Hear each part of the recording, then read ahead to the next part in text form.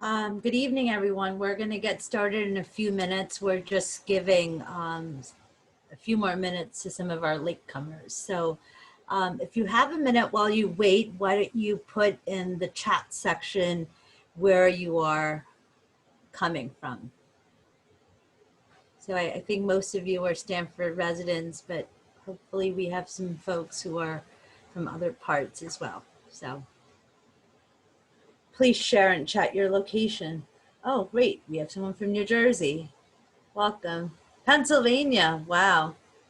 Maryland. Oh, we have someone from the UK. Vermont, Seattle. Wow. It's really sort of an international crowd. Carol. Alexandria, New York. Great.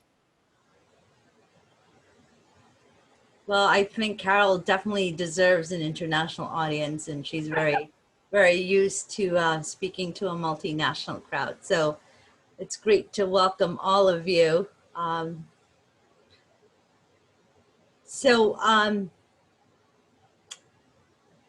Thank you for joining us today. I'm hoping that a few more people will join us, but we'll just give them a few more minutes. If you want to sort of put in a message for Carol, please do so in chat. We are monitoring it. If you have a question for her that you'd like to be answered, please put that in the Q&A section. Thank you, Joan. That's very sweet of you. So Mitzi Purdue already brought your book, Carol. Yes, I just got a note about that. That's so lovely. That is just great. I have the best friends. Well, you certainly do. So Maria asks, where is Carol? Do you want to tell us where you are, Carol? Yeah, I'm in smoky Berkeley, California, where the air quality is, I'm glad to be inside. Let's just put it that way. Yeah, we've had, I think it's like 200, which is not good at all. So, Wow. yeah, we've got all those forest fires and brush fires burning in California now. So, and in Berkeley, usually we've got that air that comes in because we're at San Francisco, we have that fog in the Bay Area and that, but with this one, it has been really interesting because it's actually pushed the smoke toward us, although there is supposed to be a change and the smoke will go the other way, hopefully out away from us and away from anybody else too. Well, I mean, it's sort of been great getting a first person's view of what's happening in California from you, Carol. Oh, well, it's been nice talking to you too. It's always good to see from coast to coast, what's going on. Right. Well, I don't want to delay this any much longer. So why don't we get started? Good evening and welcome everybody. We're here in Stamford, Connecticut, and Carol's in Berkeley, California. We are excited to have you here with us, Carol, who is the author of Stand Out, How to Build Your Leadership Presence. The first edition is going to be coming out at the end of September 29th, from Kogan Page. For those of you who don't know Carol, that will change tonight. Carol Kinsey Goman is Dr. Goman, actually.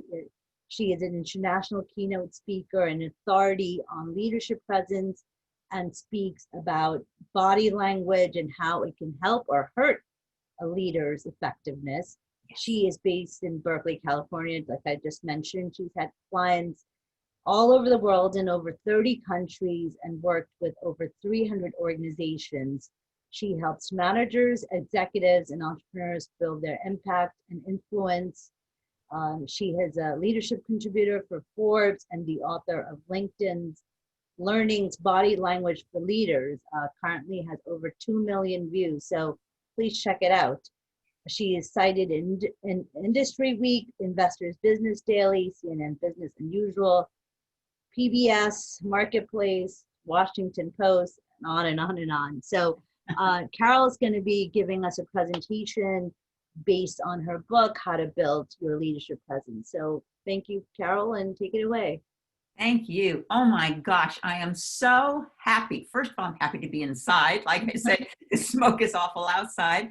And it's a real privilege to be able to speak to you in Connecticut and from all over the continent. And now we have somebody from the UK as well. So welcome, welcome everybody.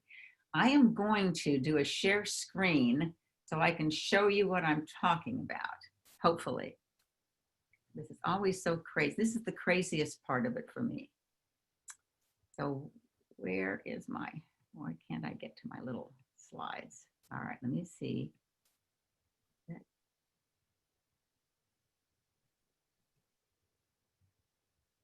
Yay, I think we did it. Let's see. Not yet. Not yet, oh no, okay. We don't see it yet. Oh, All there right. you go. Okay. Okay, all right, so here we go. Leadership presence is one of my favorite topics to coach and to speak about, and I am thrilled to be able to do that this evening with you. I wanted to show you what a typical year for me looked like. You know, how long ago, a year ago, I was in Kuwait doing a speech for Kuwait Oil. I was in Paris doing a speech for women.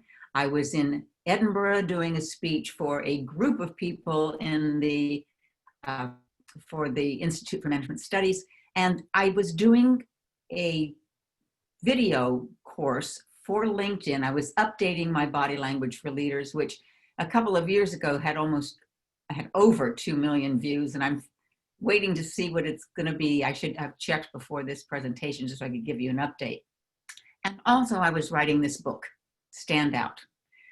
And it really is filled with all of the things that I have learned from all of these presentations, the wonderful people in my audiences that always teach me as much or more than I teach them, and the people that I coach, the wonderful, wonderful people that I coach. So from all of those people, from my experience, my background as a therapist in private practice, and then a therapist for organizations, and a coach for executives and managers, it's all culminated in this book. So that's what I'm going to share with you tonight. You know, I think that with all the craziness, the smoke here in California, all of the things that are different, not only in my life, I mean, that was my 2019, but when you think of your 2019, what a difference a year makes.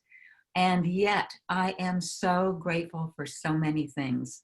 For one thing, I'm grateful for platforms like Zoom because I get to speak all over the world without getting on an airplane. Now, I like traveling and I love being in other cultures and other countries, but I'll tell you, there is a great deal of comfort in being able to speak in Paris or Istanbul or anywhere in the world and still be in my own cozy little home.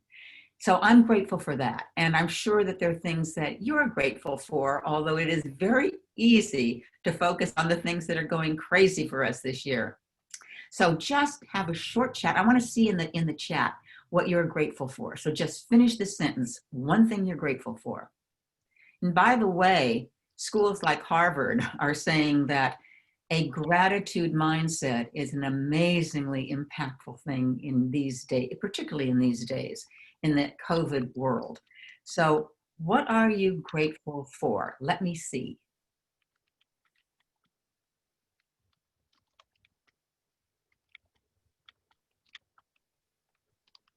While you're doing that, I want to tell you, I did a program, a 3-hour webinar for an organization, and I got some feedback later, particularly from one woman who said, you know, I am doing a gratitude journal after your presentation. She said, I want to tell you what that has done for my morale. So a gratitude journal, doing this on a daily basis, is a lovely way to start or end a day, particularly in these kind of crazy, chaotic times. So what are you grateful for?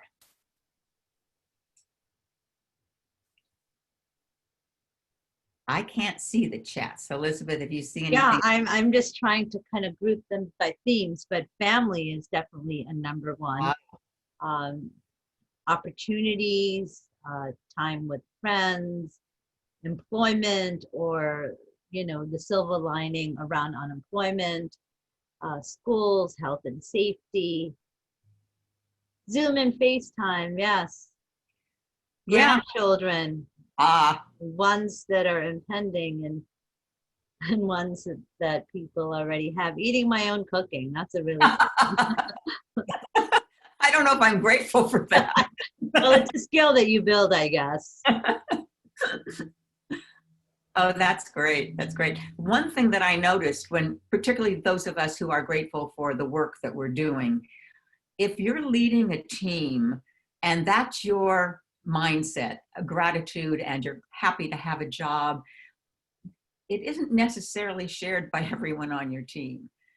For me, I have the luxury of a nice house, a comfortable house, and only a husband to share it with right now. He had 5 daughters, five, count them five, but they're all grown now and out of the house. So there's just the two of us. And because of that, I have a great deal of time and privacy. Some people aren't like that. Some people are sharing a home with their parents, with their grandparents, with roommates. They're trying to find a place to work that's private and quiet. And not everyone has that same level. Not everyone is grateful for the same thing, is all I'm saying. So when you're working with a team, it's a nice thing to find out what they're grateful for, and also not to assume that it's the same thing that you're grateful for. Leadership presence. I think the first thing I learned about leadership presence as I started coaching people was everything it wasn't. Mainly, you can't rely on presence to be a true reflection of your real intelligence, your competence, your compassion, your leadership ability, or even your leadership potential. And I want to tell you, it doesn't come automatically with a title. You can be a supervisor, a team leader, a senior vice president, a CEO, and you may or you may not have leadership presence. You didn't get it automatically when you got that raise or that promotion. Instead, leadership presence is much more subjective and elusive. It's what people say about you after you leave the room. So it's all about the impression you make. And when executives or HR departments contact me about working with someone on their team or in their organization, what I hear about them is, it isn't that she couldn't do the job. It's that no one else thinks of her that way. It's not that he doesn't have the credentials. It's that he doesn't have the gravitas to be a senior leader. Or one of the saddest comments that I heard was from the head of HR who said, I brought this woman's name up for promotion and no one in the room had ever heard of her. So leadership presence is a lot of things, but it is also a lot of things that it's not.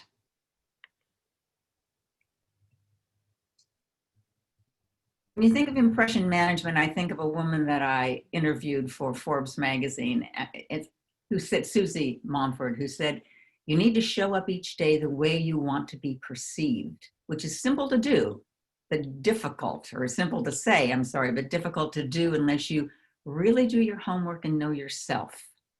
That's going to be a really important key as we go through this. And of course, Dolly Parton said it in her own way, find out who you are and do it on purpose.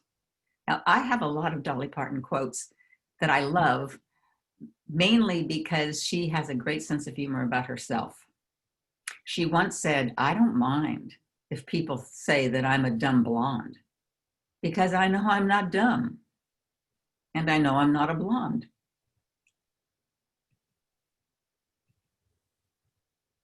Okay.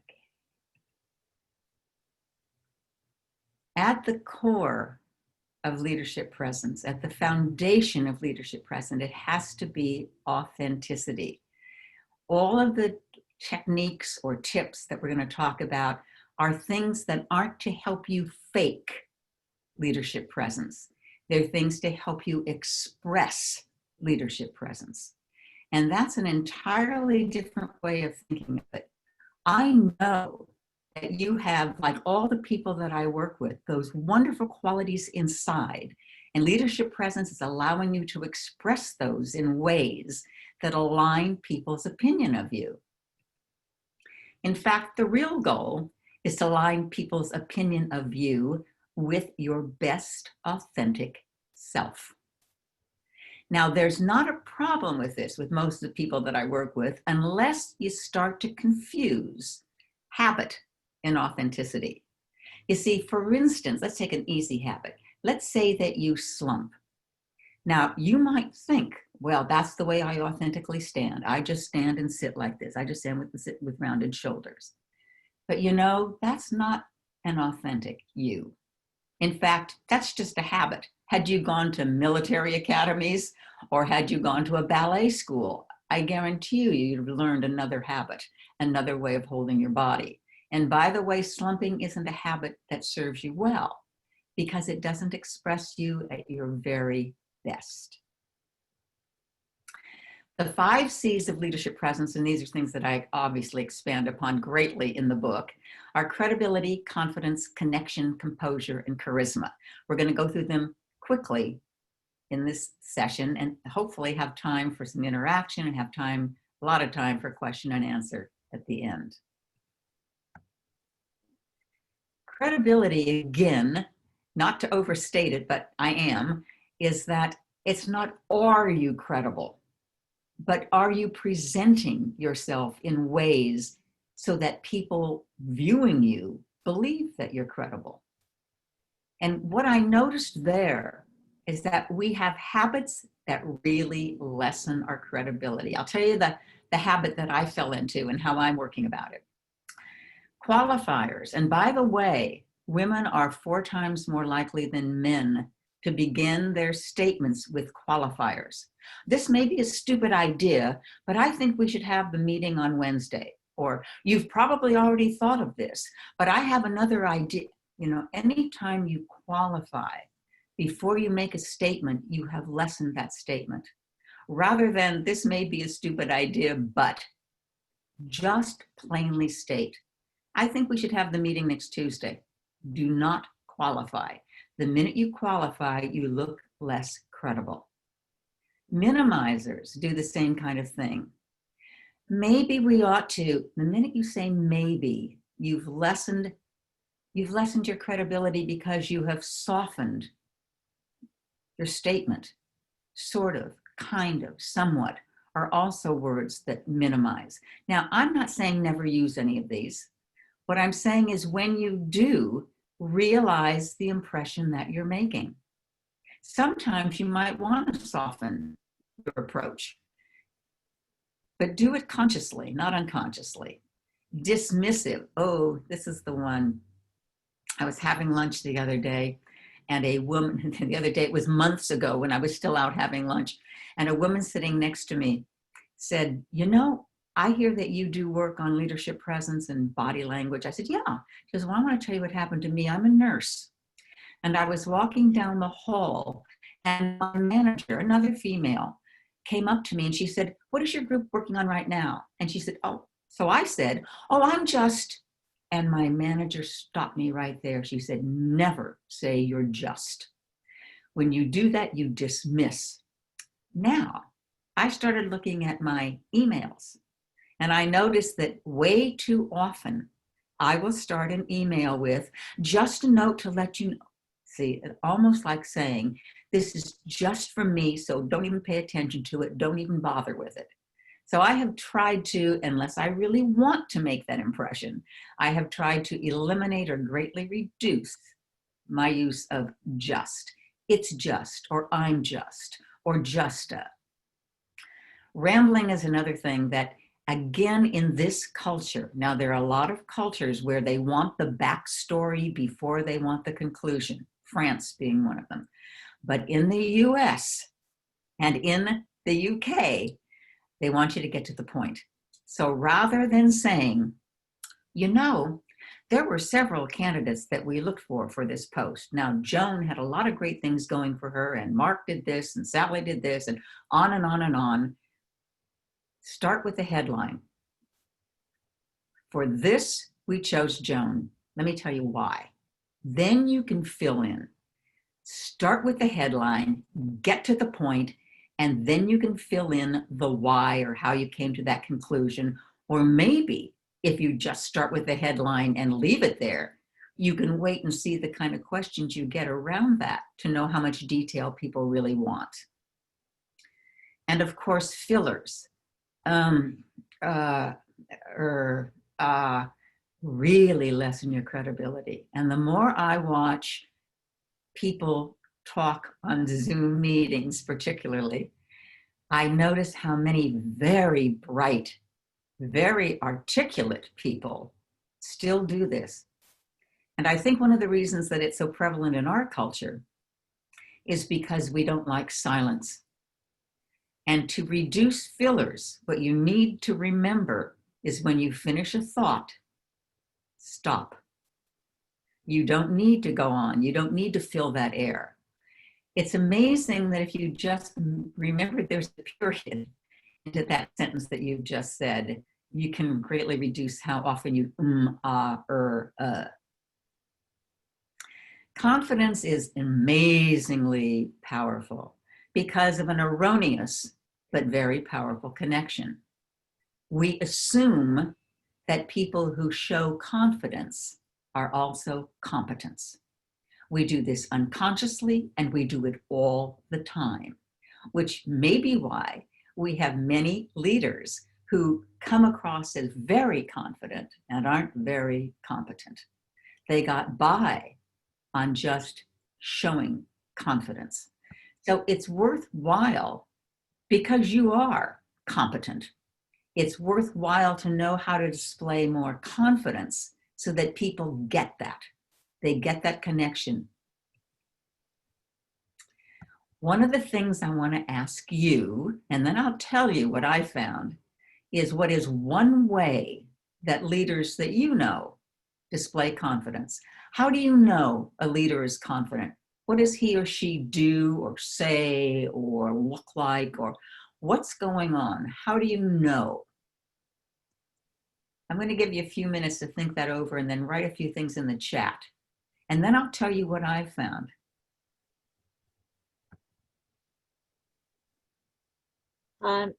Carol, we have someone who just raised their hand. Could we have them speak? Sure. Oh, it's Nancy. Nancy, you want to ask your question? Sorry, I actually was trying to hit the chat button and I hit the wrong one. Oh, okay. So All right, sorry. thanks. But while we have you, Nancy, what were you going to put in the chat? I tried to unraise my hand, but I think I just raised my hand twice instead. Thanks for the comic relief. Probably not a sign of a confident leader doing that. Oh, believe me, I have seen so many errors on these Zoom meetings. I mean, from huge global organizations, we all make mistakes on these. So you're in very good company. All right. So we've got some really interesting responses to the question, what is one way a leader displays confidence? Body language, how well they listen to others, tone of voice, stands tall, body language kind of thing, stands tall, speaks clearly and with authority. They ask good questions to engage quality conversations, will give credit to and promote others. What else do we have? He listens to everyone before speaking.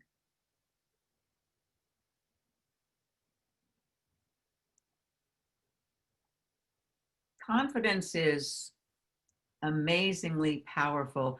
And I think today it's amazingly powerful because we gravitate toward leaders who make us feel safe and hopefully are putting some kind of positive spin on the most positive spin that they can and still be authentic and honest and open on whatever is happening in the organization. But it is an amazingly powerful skill set to have. One of the things that I didn't hear in this, and something that might surprise you, is the power of vulnerability. I think the most confident leaders are those who are confident enough to show that they're vulnerable. And that is, I remember one time I was working with the CEO of an organization, and we were working on a speech he was going to give. And his corporate communications department was a little concerned about this speech because it was talking about what kept him up at night, what bothered him, what worried him.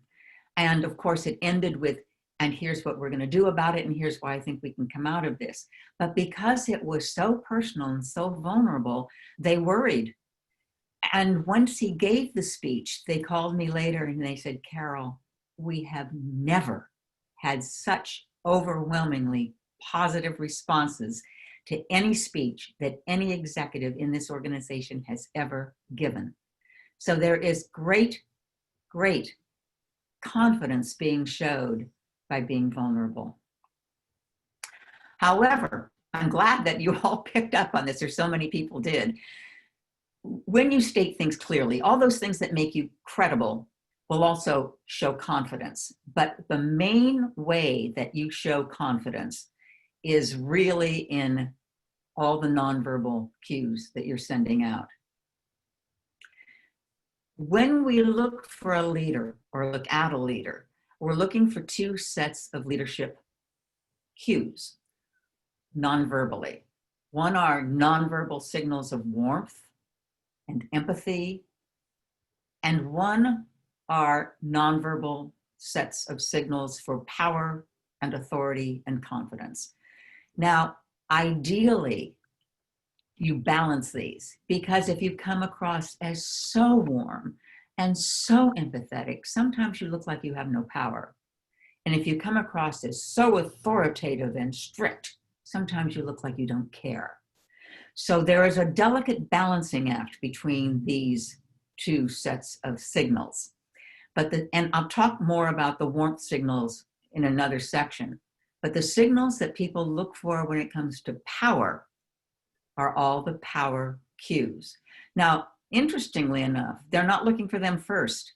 They look for the warm signals first, because we want to know, and this is just conditioned in our brains, we want to know if you're friend or foe, if we can trust you, if you have our back, and then we want to know if you have power. So here's how the power signals are displayed.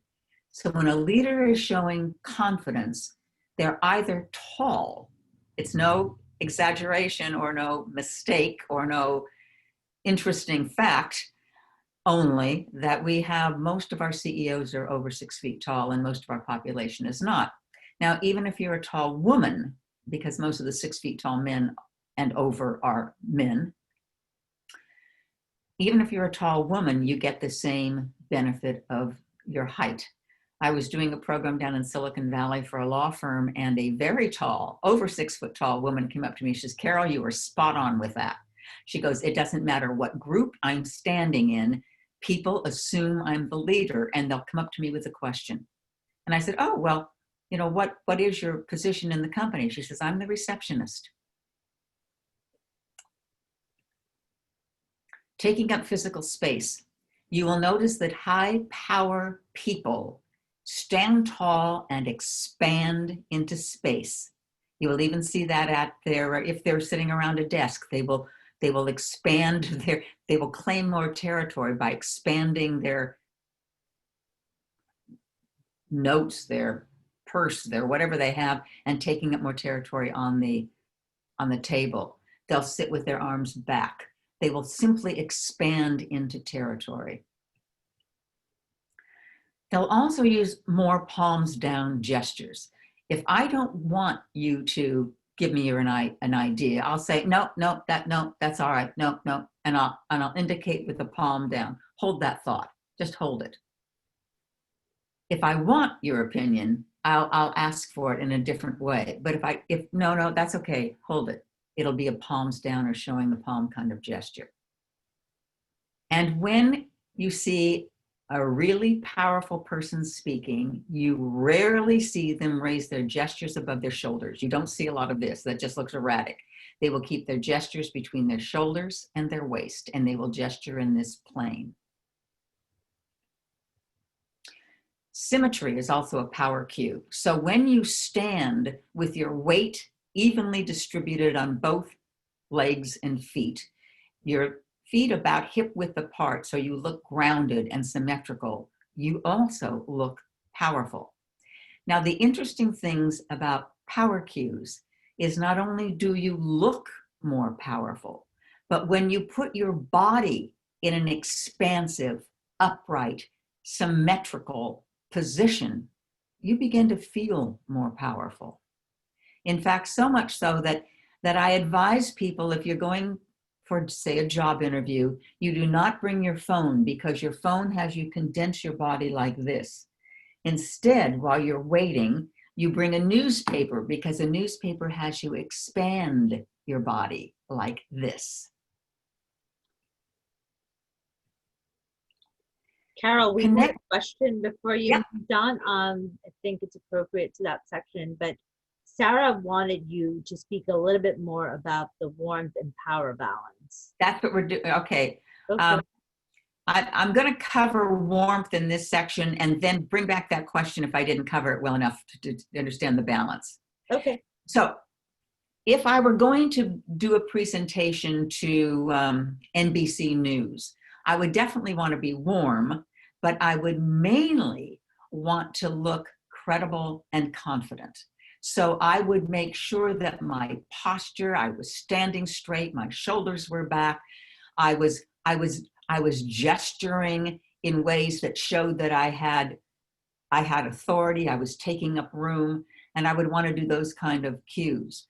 If I were leading a collaborative meeting, I would want to look confident, of course, but I would want to minimize the confidence cues and encourage more warmth cues, which I will cover when I cover this section. So the idea is you need to have both sets of cues. Realize that one set may be more appropriate and valuable in some cases. The other set may be more valuable and appropriate in other cases. And if you can balance the two, if you've ever worked for a leader, or if you are a leader that has incredible warmth and exudes confidence, you have a winning combination. People are probably sitting at your feet right now. Connection. On a scale of 1 to 10, here's a poll for you. On a scale of 1 to 10, because I did this poll internationally and I want to see what you think. How important is empathy to successful leadership? So those of you who are here with us, there's a poll feature. Please click on that and then enter your answer. 1 to 10, how important is empathy?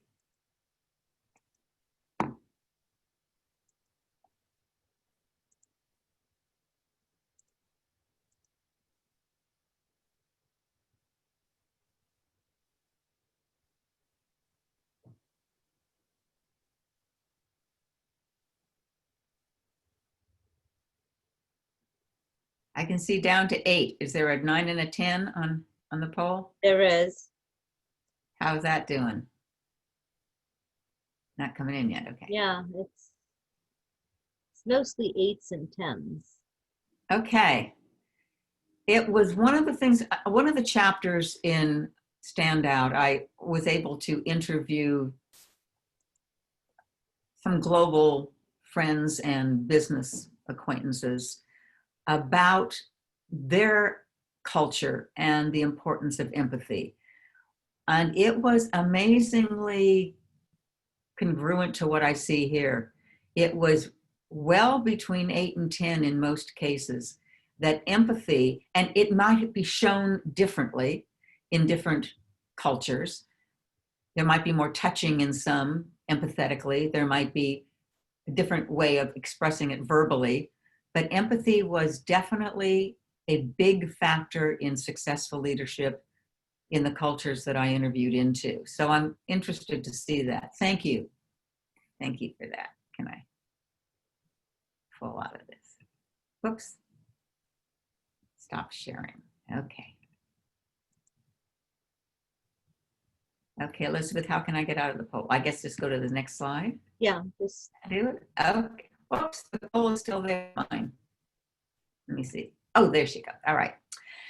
I think one of the reasons that empathy is key is that people, as Maya Angelou said, people will forget what you did. They'll forget what you said, but they'll never forget how you made them feel.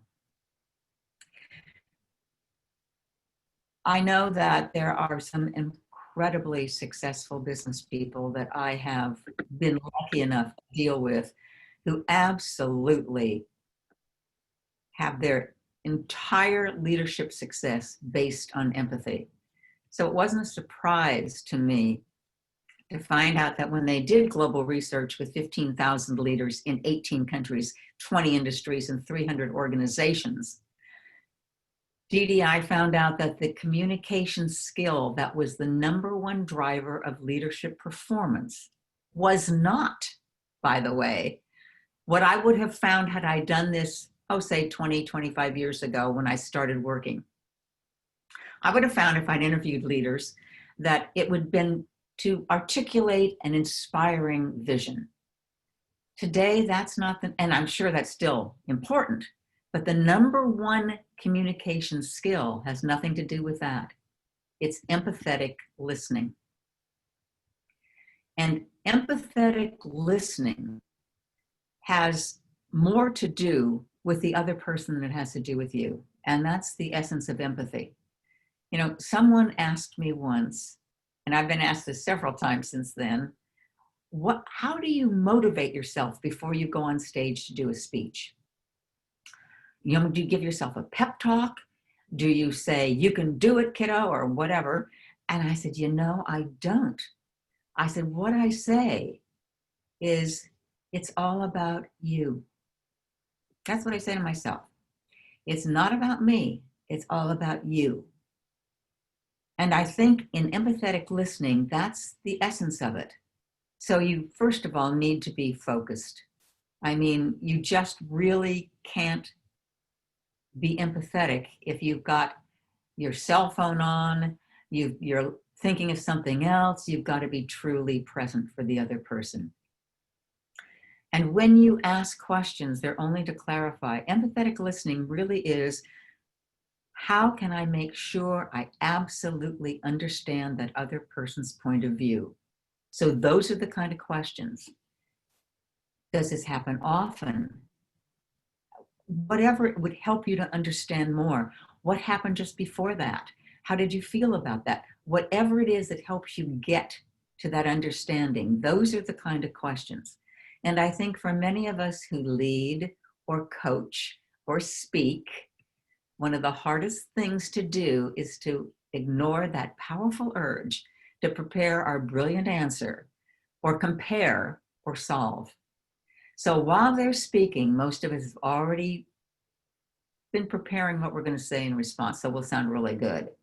Or we'll do something really dumb like saying, oh, you think that was bad, you should have heard what happened to me. Or maybe we'll jump in too soon to solve. You know, it's not that people don't perhaps want us to help them solve that problem, but until we know we really understand that situation, we're not going to solve the right thing. The body language of empathy are what we call warm or pro-social cues. So remember when I said that this was hold it, no questions right now, palms down, or I've made up my mind. This is, please, I'd like your input, please. Any ideas? So it's open arms, palms up. It's that universal sign of, I have nothing to hide.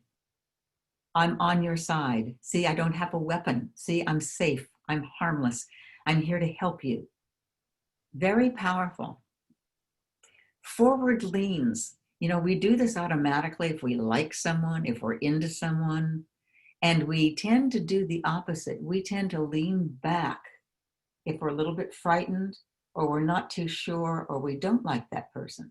So when you lean forward slightly, you're saying, I like you, I'm interested. Which is why these cues work so well in collaborative leadership, by the way, because in collaboration, what we want is other people's ideas. Positive eye contact. You know, I think in real life, eye contact is quite a bit like Goldilocks and the Three Bears. I mean, too much in this, that stalker stare, you just feel like somebody's drilling right through you. Not enough, and someone's eyes are looking around the room and you think you've either lost their attention or they're making up something, that they're going to lie or be deceptive.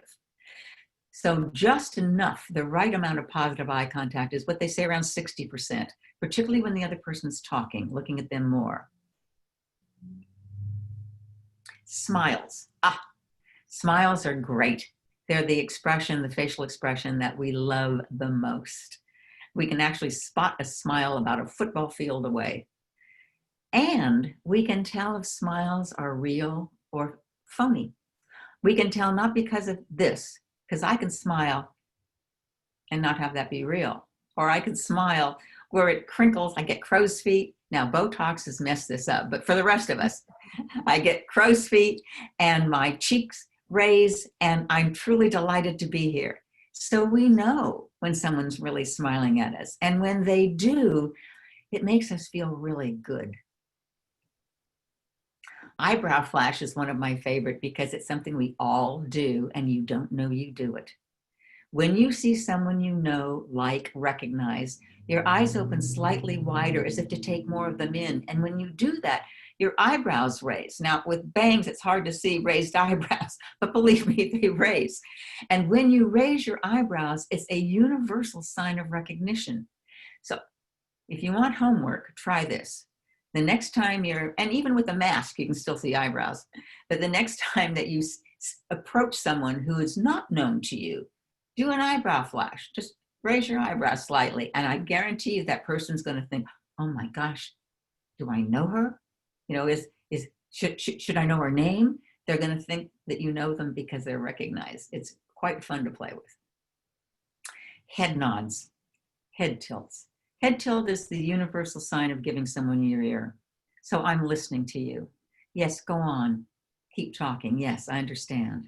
Head tilts and head nods, all warm pro-social cues. Again, all great for collaborative leadership.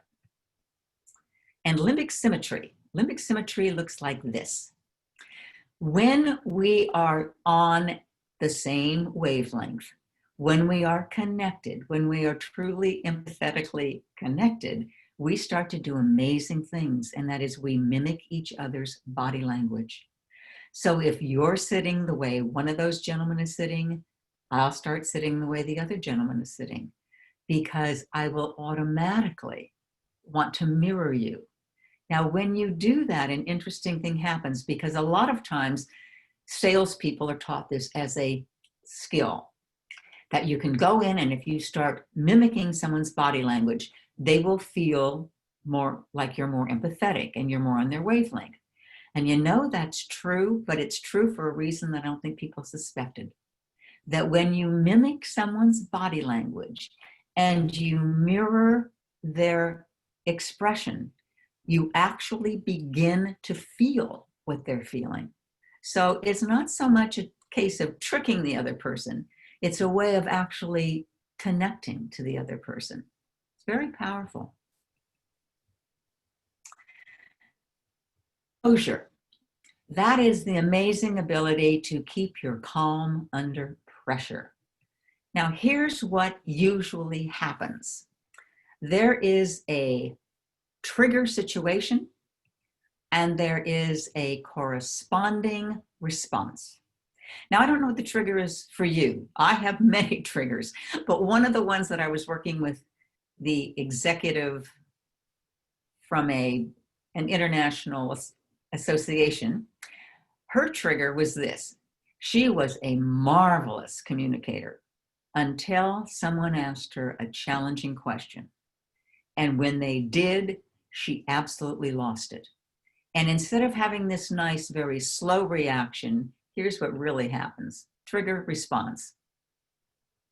And once that sets off, she just lost it and she was not effective from that point on. We need to keep poise under pressure. You only have one chance of doing it. And that's when that trigger hits, you need to stop before the response kicks in. So you have a very short period of time. Recognize the trigger and simply stop. Even say that word to yourself. Take a deep breath and then affirm. Now, depending on what the trigger is, your affirmation may be slightly different. With her, it was simply the word relax. Stop, breathe, relax. Yours may be a little more motivating. It might be something like, hey, I got this. But if you don't do those things and you allow that automatic trigger to trigger that automatic reaction, you're gone. What happens is the amygdala in your brain simply hijacks your prefrontal cortex. That emotion takes over and you're lost. Charisma is the one that people think, oh, that can't be a skill set. People are either charismatic or they're not. Because I think charismatic and charisma get mixed up with the idea of a rock star or a movie star, entering a public arena. There's a red carpet, there are lights, there's photographers, they're dressed amazingly, and they're walking down this red carpet. Well, there aren't too many CEOs or leaders or supervisors who get that kind of treatment, and that's just as well because you don't need it. At its essence, charisma is a flow of energy between people. Now, Peter Drucker, who was one of the grandfathers and one of the most amazing leadership gurus, often talked about playing to your strengths, not trying to be this well-rounded everything for everybody, but knowing yourself so well, going back to that thing about authenticity and knowing yourself, that you know your strengths and that's what you build from. And that's how I see charisma in leaders in business. Oh, come on. I don't want that. Move it off.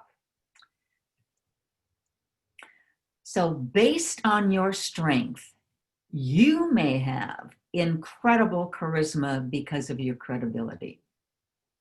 I worked with the chief executive officer once of a very, very big organization who was one of the worst public speakers I'd ever worked with. I mean, he had no technique. He didn't even have good posture. He didn't even stand well. But what he had was this credibility honed from the fact that he had had almost every job in that organization as he worked his way up. And when he spoke, that organization hung on his every word. He was incredibly charismatic because he was incredibly credible. Other people might have their charisma based on their confidence. And again, that's going to draw people towards you because of your ability to stay positive and stay, controlled and stay forward thinking and stay steady. And that's an amazing strength. And people will gravitate you, particularly in times like this. Connection, that amazing empathetic ability. I can't tell you how many wonderful leaders I have met, and I'll go into their office, and these will be very busy people. And I'm in their office, and you would think I was the only appointment that they had all day, that they're giving me their time, but it's more than that. They're giving me their attention. They're giving me their encouragement. And you go out of there feeling so wonderful about yourself. And that's their charisma. They are incredibly charismatic because of that. And of course, your charisma may come because you can keep your calm in crises. And boy, are you needed today if that's where your charisma and your strength emanates from. In my large family, I have relatives that are in the police force and who are firemen. And all of them tell me the same thing, that in a crisis, it doesn't matter what your title is. It doesn't matter what your role is.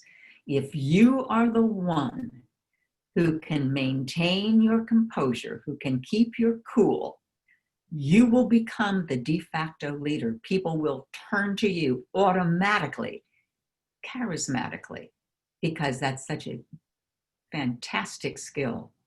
And of course, today in a COVID world, that ability to connect and that ability to stay calm and that ability to be confident and be strong and be credible. All of those things are amazingly charismatic. So whichever one or mixture of ones that you have, never think you don't have charisma. You've got plenty of it.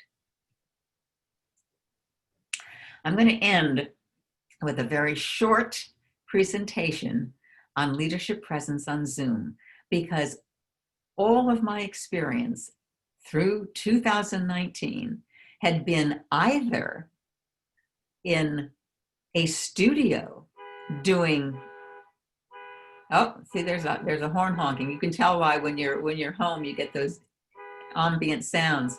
I'd either been in a studio doing videos or had been on the road in front of a live audience. So when I had to migrate into a Zoom platform, I learned a lot of lessons, and I'm going to share some of them with you. But first, just one last chat. Tell me what you found. When you are on a Zoom meeting or any virtual platform, what gives someone virtual leadership presence? What have you noticed? This will be the last chat, and then I'll finish up with that list that I've noticed and how to make yourself appear as the leader you truly are in just a minute. Okay. Right into the chat. What have you noticed? What do people do? What do they say? What's going on? Why do you think, oh, that person really has presence on Zoom? Well, using video, David says. If they use video, video. Yes. Okay. The way they dress. All right. Making eye contact with the camera. Okay. They speak on topic. Yes. Facilitate the conversation. Background. Good lighting, good posture. Speaks knowledgeably. They fill the frame. Okay. Great, great. I'm going to stop you there just because I want to go on and not go overtime too much, because you've got the essence of so much that I noticed as well. One of the things that when I coach someone who I think might need a little help in building their presence on a virtual platform, one of the things I tell them is, before you begin, take 5 deep breaths. Now, this is interesting because every on-camera personality I've ever interviewed, whether they're television personalities or movies, or they do a lot of video work, this is their key. Before they start, they get grounded. They simply take 5 deep breaths so they really get settled into their bodies. Because as you might get nervous on a presentation, you tend to get out of your body a little. Your voice gets higher. Things happen unless you can really ground yourself. You can't have presence if you're not present. As tempting as it is to simply put up your name tag or a static photo of yourself, if you're not seen, you're not there. And if you're not framed well, you're just a talking head, if you get too close to the camera, it just looks bizarre. What I advise people to do is to get framed so that people can see your gestures, so that you have enough space there. I also like the idea of when somebody brought up background, because I've gone back and forth with this idea. I've seen a lot of people use the phony backgrounds where they put up a picture, and I think that can look very nice, although I've had a lot of pushback saying that doesn't look authentic, that it looks more authentic to and more confident to present yourself as you are where you are. Now, depending on where you are, that may be a better choice. But get framed, be seen. Here's an interesting one. I was asked by Forbes to watch the Democratic National Convention because it was the first convention that was going to be done all in a virtual format. And then to write about some of the things that I saw. And one of the things I saw was fascinating, and that almost everybody, when they started to speak, really looked good. One woman, I won't give out her name, she wasn't, anyway, didn't realize the camera was on her. So she had sort of like this, just a regular expression. And then she brightened up when the camera came on, and oh, that weakened her presence. I can read your facial expression and you can read mine in a fraction of a second. Now, in real life, you have 7 seconds to make a first impression. And so you can do a lot of things. It's the way you walk into the room, the kind of eye contact you make, maybe you shake hands. If we ever get to shake hands again, which I hope we do, because touch is powerful. But anyway, it's, those first gestures, it's maybe you can even greet a couple of people in 7 seconds. On camera, you've got it. You've got a fraction of a second. And someone's going to say, oh, uh-oh, what's going on with her? Or, hey, she's ready to go. Watch your seated posture. People will make a connection between your competence and confidence based mostly on your posture. And believe me, if you sit with rounded shoulders and you slump, not only will you look less powerful and less like a leader, you will feel less powerful and less like a leader. So if you just sit in that position now and say, I feel powerful, you won't even believe yourself. I think this was one of the most difficult things for me and for many people, many other leaders, and that is, it is artificial. I can't see you. Even if your pictures are on screen, if I'm looking at that camera, I can't see you. And that's so disturbing to me. I love to see you. But if I look at you, if I look down at where your picture may be, you don't think I'm looking at you. So this whole artificial eye contact and the comfort with it is really key. So one of the things I advise, if you have any kind of problem with that, is to either put a smiley face around that camera, or a little sticky note with a smiley face, or a picture of your puppy or someone else that you love, to remind you that that's where you look, and to remind you to smile because you really like that person. Now, remember when I said that confidence and competence is non-verbally displayed by large gestures? Look what happens when you large gesture on Zoom, you go right off camera. So right there is a huge difference. You need to pull in your gestures. You still need to gesture because it helps people make sense of what you're saying. So here's a small idea, here's a big idea. Those gestures help. There's one thing I'm going to talk about. That gesture helps. Things are going up in the market. That gesture helps.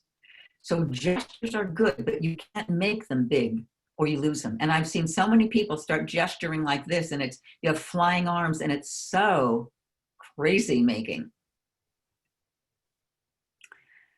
What you say is going to matter more, because now people are locked out of a lot of your nonverbal cues. So what you're saying is key, but how you're saying it is even more important. That's prosody. People actually, their brains will react to your vocal tone before it reacts to your verbal message. So having a warm voice, having a low voice. I tell people if they get nervous and the voice starts getting higher, that before they go on one of these calls, just put your lips together and go, mm-hmm, mm-hmm, mm-hmm. Because that'll bring your voice down into its optimal lower range. And that's where you want to be, because that's what people will be listening for. They'll be listening for the warmth in your voice and the authority in your voice and the optimism in your voice and the encouragement in your voice. So that's even more important. And I think one of the things that is easy to forget is how exhausting these Zoom meetings are. Do you know that the CEO of Zoom wants people back in the office? He's getting tired of Zoom meetings. Now, whether we can safely do that or not, whether people want to do that or not, that's another issue. But the fact is, it is tiring because our brains for years, thousands and thousands of years, have been reading body language. And when we don't get those cues, we have to struggle to make sense of what's going on. And that struggle is what makes us tired. So TPOTP is the power of the pause. Once you've made a statement, and I know we all try to rush through a Zoom meeting because we want to make it as short as possible. But once you've made a statement, you will do your audience a great favor to pause so that their brains have time to assimilate what you've just said.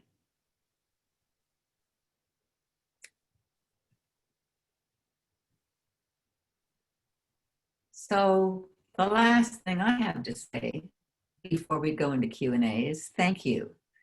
And I would be thrilled and delighted if you would email me if you have a question after this, or contact me, go on I have a lot of mentioned videos on my website. I have articles. I have a lot of things to share, and I'm happy to share with you. I also have a new book, Stand Out, that I would love if you would buy, and if you liked it, write something great on Amazon. If you don't like it, be very quiet. Okay, I am very eager to get out of share screen and to see what's happening. Yay! So Carol, some interesting comments came through. One was from Sarah, who said that virtual backgrounds make people think you're hiding something. That's according to a recent psychology study. I think that is interesting. And, like I say, I've had people go back and forth on this. Obviously, I am not using one. So I agree with the fact that being authentic, particularly today, is more important than looking glossy. And I think looking glossy can look a little fake. Yeah. So great. I didn't know there was a study out on that. Thank you. See what I learned from you? Right. Yes. Thank you, Sarah, for that comment. Denise also asked a question. How does one train his or her voice to project confidence? How old are the boys? How old is, I guess it's an adult voice. Oh, well, one of those. Well, then, Right, yeah. No, I'm kidding. I think when you're training confidence, it's best to do that around a particular issue. So, for example, let's say that the boys were old enough to look for a job. So you're talking about when you interview for a job, you know what the interviewer is going to be looking for? Do you know how they're going to be judging you? Do you know that when you sit like whatever they sit like, this is the kind of impression you're going to make? Do you know how important that is? Those kind of things, I think, are more, if there's an issue that's important to them, then you can build a skill set around that. In fact, that's one of the tricks I have as a coach. I'll be asked to work a certain way with a client, but I'll ask the client, what's one thing you want to work on? And I'll do that first. Mm-hmm. Because first of all, they'll have success with that. And then that'll give me more credibility, and they'll have more confidence in me, and we'll have a chance to build rapport, but also because that's important to them. So if you can find something that's important to the boys, maybe it's dating, I don't know. Boys, but whatever that might be, there are a lot of ways to then incorporate a conversation around nonverbal. and particularly confidence, particularly looking as good as you are. Again, I go back to how I started, and that it's not about faking something that you're not. I'm not interested in helping people fake. I'm very interested in helping people bring out all of that wonderful innate talent and confidence and ability that they have. Thank you, Carol. Interestingly enough, we have a couple of questions from women who want some advice for women who are petite, because you talked about height and how that's seen as a leadership trait and quality. Yep. What do you say to women who are, or men for that matter, who are not that tall? Yeah. Well, I can speak as a petite woman to other petite women. I'm 5'3" and maybe a quarter inch, I think. And what I do is I definitely, if I'm giving a presentation, I'm always wearing high heels. Now, this is another reason why Zoom is good. I don't have to wear high heels on Zoom, but I do have to sit tall. I can remember I had lived in Los Angeles and had done some work in television and that for a while. And I can remember meeting people that I'd only seen on screen, and I thought, oh my gosh, they're midgets, because they look so much bigger on screen. Not only, even if it's on television, not only do they look bigger because they may be, you know, magnified by the screen, but they also carry themselves that way. And then they're tiny in person. So you can have the illusion of being much taller than you are by simply the way you carry yourself, by adding height with high heels when it's appropriate and comfortable enough to do so. But it really comes with posture. You can be very small and hold yourself like a very tall person.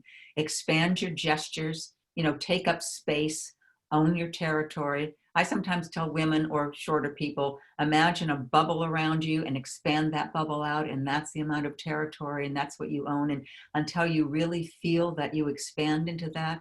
And it's amazing what even that kind of visualization can do to help you feel bigger if you're petite.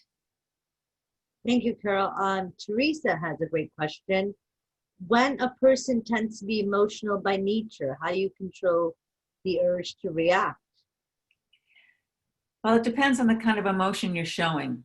I think you can do a number of things. I know one leader said, it happened to be a female, as she was being introduced to her group, I'm a very emotional person. And that's what you're going to get from me. You're going to get all of me. I think that's good for this team and good for this organization, but good or bad, that's who I am.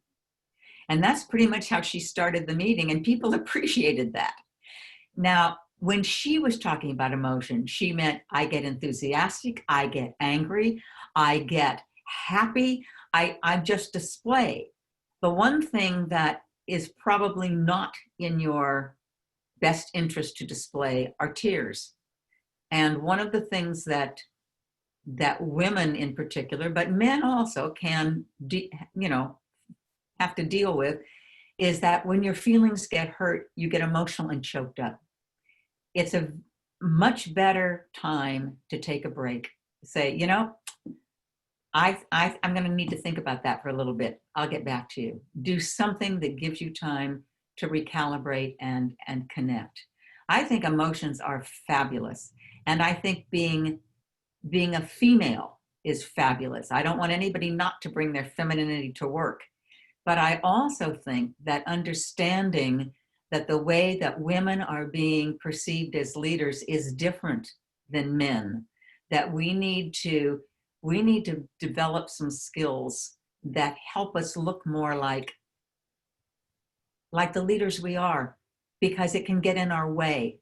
Bursting into tears in the middle of a meeting can get in our way. It doesn't mean we're a bad leader, by the way, or an incapable leader. It simply means that's a behavior that isn't going to help us look like the leader we truly are.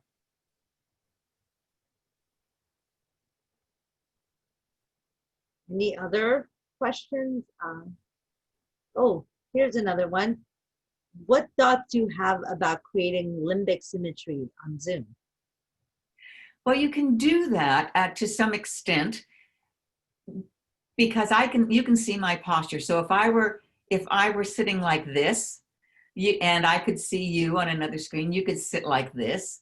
it's more difficult. It's truly more difficult. You can still do some facial, you know, if someone's smiling or looking concerned, you can look concerned back and say, gosh, you look, you know, you look a little worried. Is there something going on? I mean, you can respond to it in some ways. I think the problem with that is the eye contact issue, that if you're really looking at that dot in order to connect, you're not seeing those faces that I'd have to look down to see.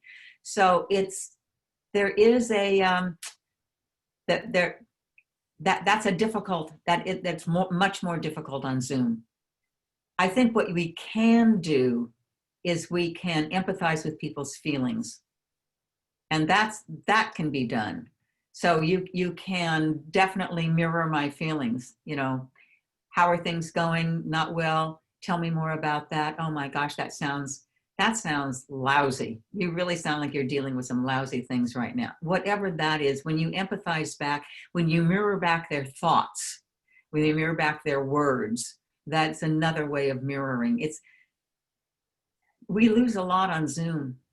I can't tell you. Do you know that the power of touch, when we can shake someone's hand, that little tiny gesture that we've all been doing forever and really thinking nothing of, that has amazing impact. It's our most powerful and our most primitive nonverbal signal.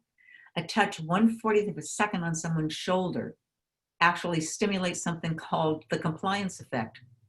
So if you want me to sign your petition, and when you ask me, you just touch me lightly on the shoulder, I'm more likely to sign it. I mean, we have an amazing connection with touch, and we have lost that right now. So my hope is that we haven't lost it forever.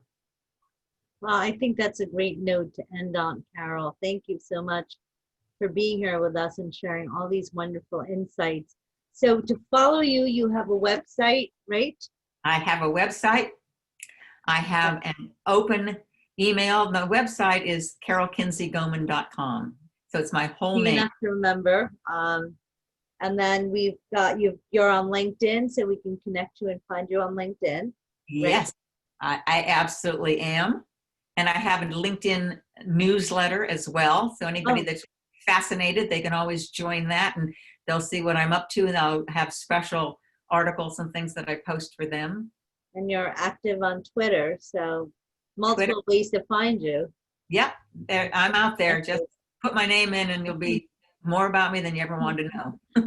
Well, thank you again for spending this hour with us. And we really look forward to reading your book and can't wait for the next chapter in all of this.